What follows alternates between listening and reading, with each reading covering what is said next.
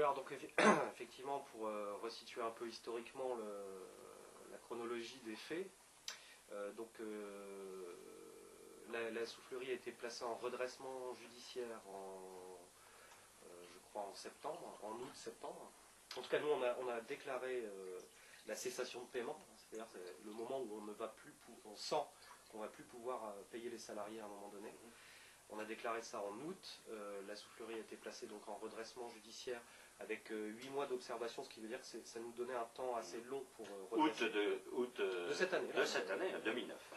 Et donc suite à l'analyse à la fois de l'association, c'est-à-dire du conseil d'administration, et puis de la mandataire judiciaire, qui était la personne qui nous suivait, on a bien vu que c'était pas possible de redresser la barre, notamment pour une raison financière. Enfin, c'est même l'unique raison. Mais qu'est-ce qui s'était passé? Pourquoi ce problème financier? C'est-à-dire le choix. Alors, bon, d'abord aussi pour dire que l'analyse, je ne la fais pas encore aujourd'hui complètement. Moi-même, je ne comprends pas tout. Alors évidemment, j'ai des éléments de réponse. Oui, parce que c'est quand même récent, hein, c'était rapide. Ah, ça a été très. Moi, le mot que j'utiliserais, c'est violent. C'était très violent.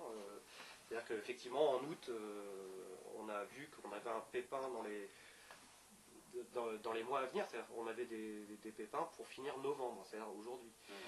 On a déclaré tout de suite ça à la justice pour se protéger et puis pour protéger surtout les salariés. Et après, les choses se sont enchaînées très très vite. Voilà. Ça a été très violent.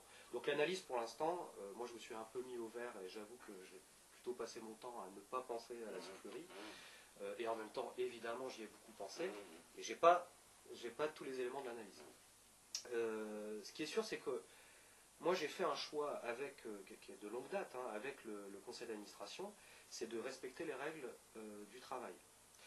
Je dis ça parce que je l'ai dit aux juges, que j'étais face à ces juges qui se prononcent sur l'avenir. J'ai expliqué que c'était un choix important et que c'était aussi ce qui expliquait qu'on était dans une vraie difficulté financière.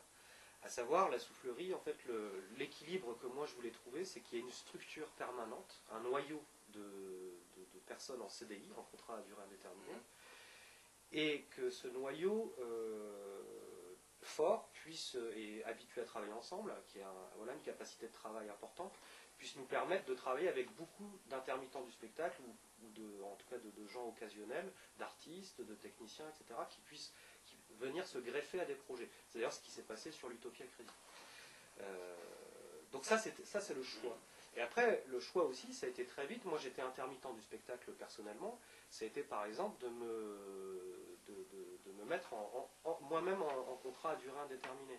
Ce qui est un vrai choix social et politique, c'est de dire, voilà, on ne joue pas avec le statut d'intermittent, ce qui veut dire qu'on le défend, hein, parce que moi je suis un grand défenseur du statut, mais justement on arrête de tricher, c'est-à-dire que si on est intermittent, on travaille comme un intermittent, c'est-à-dire que les jours où on est déclaré, mais si on travaille tous les jours et qu'on dit qu'il y a une équipe comme ça, qui a un fonctionnement permanent, alors on déclare les gens en contrat à durée indéterminée avec toutes les règles que ça impose. C'est-à-dire on paye plus cher, on paye plus de charges, etc.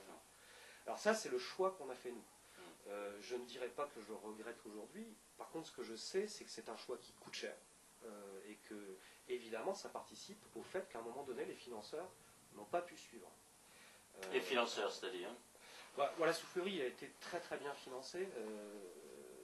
Très très bien financée. En tout cas, les financeurs, on a toujours eu un bon rapport avec eux. Ils ont suivi nos projets. Je pense notamment à la région qui a su vraiment être attentif à notre évolution.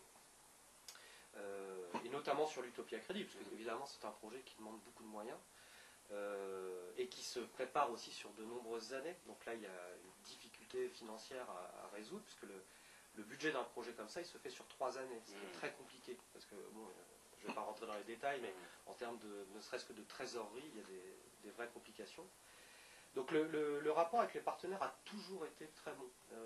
D'ailleurs avec la totalité des partenaires, en tout cas c'est-à-dire la DRAC Picardie, Amiens Métropole, le conseil régional et le conseil général. Les rapports ont toujours été très bons. Alors après, ce qui, on va dire l'essentiel de mon analyse, c'est que on s'est développé très vite. C'est-à-dire qu'on a fait beaucoup de publics. quand je parle de public, c'est le public des spectacles, mais aussi le public de tous les ateliers, des interventions dans les écoles, etc. Et qu'en fait, concrètement, la culture, on le sait, n'est pas rentable. Enfin, on va dire la culture de recherche ou la culture non rentable. Enfin, et donc, plus il y a de succès, bon après c'est... Cela dit, je vous conteste parce que pour moi la culture est un investissement, mais je comprends ce que vous voulez dire. Non mais c'est-à-dire que concrètement le prix des places, au théâtre, si on veut prendre des risques artistiques, le prix des places ne paye pas le travail effectué. Alors après, on peut faire le choix de monter des productions pour que ce soit rentable.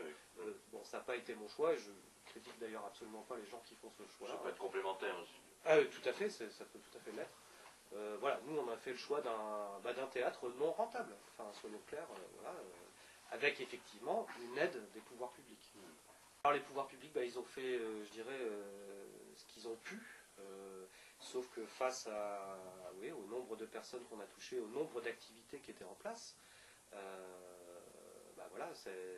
a un peu, il y a eu une crise de croissance finalement, c'est très longue et très...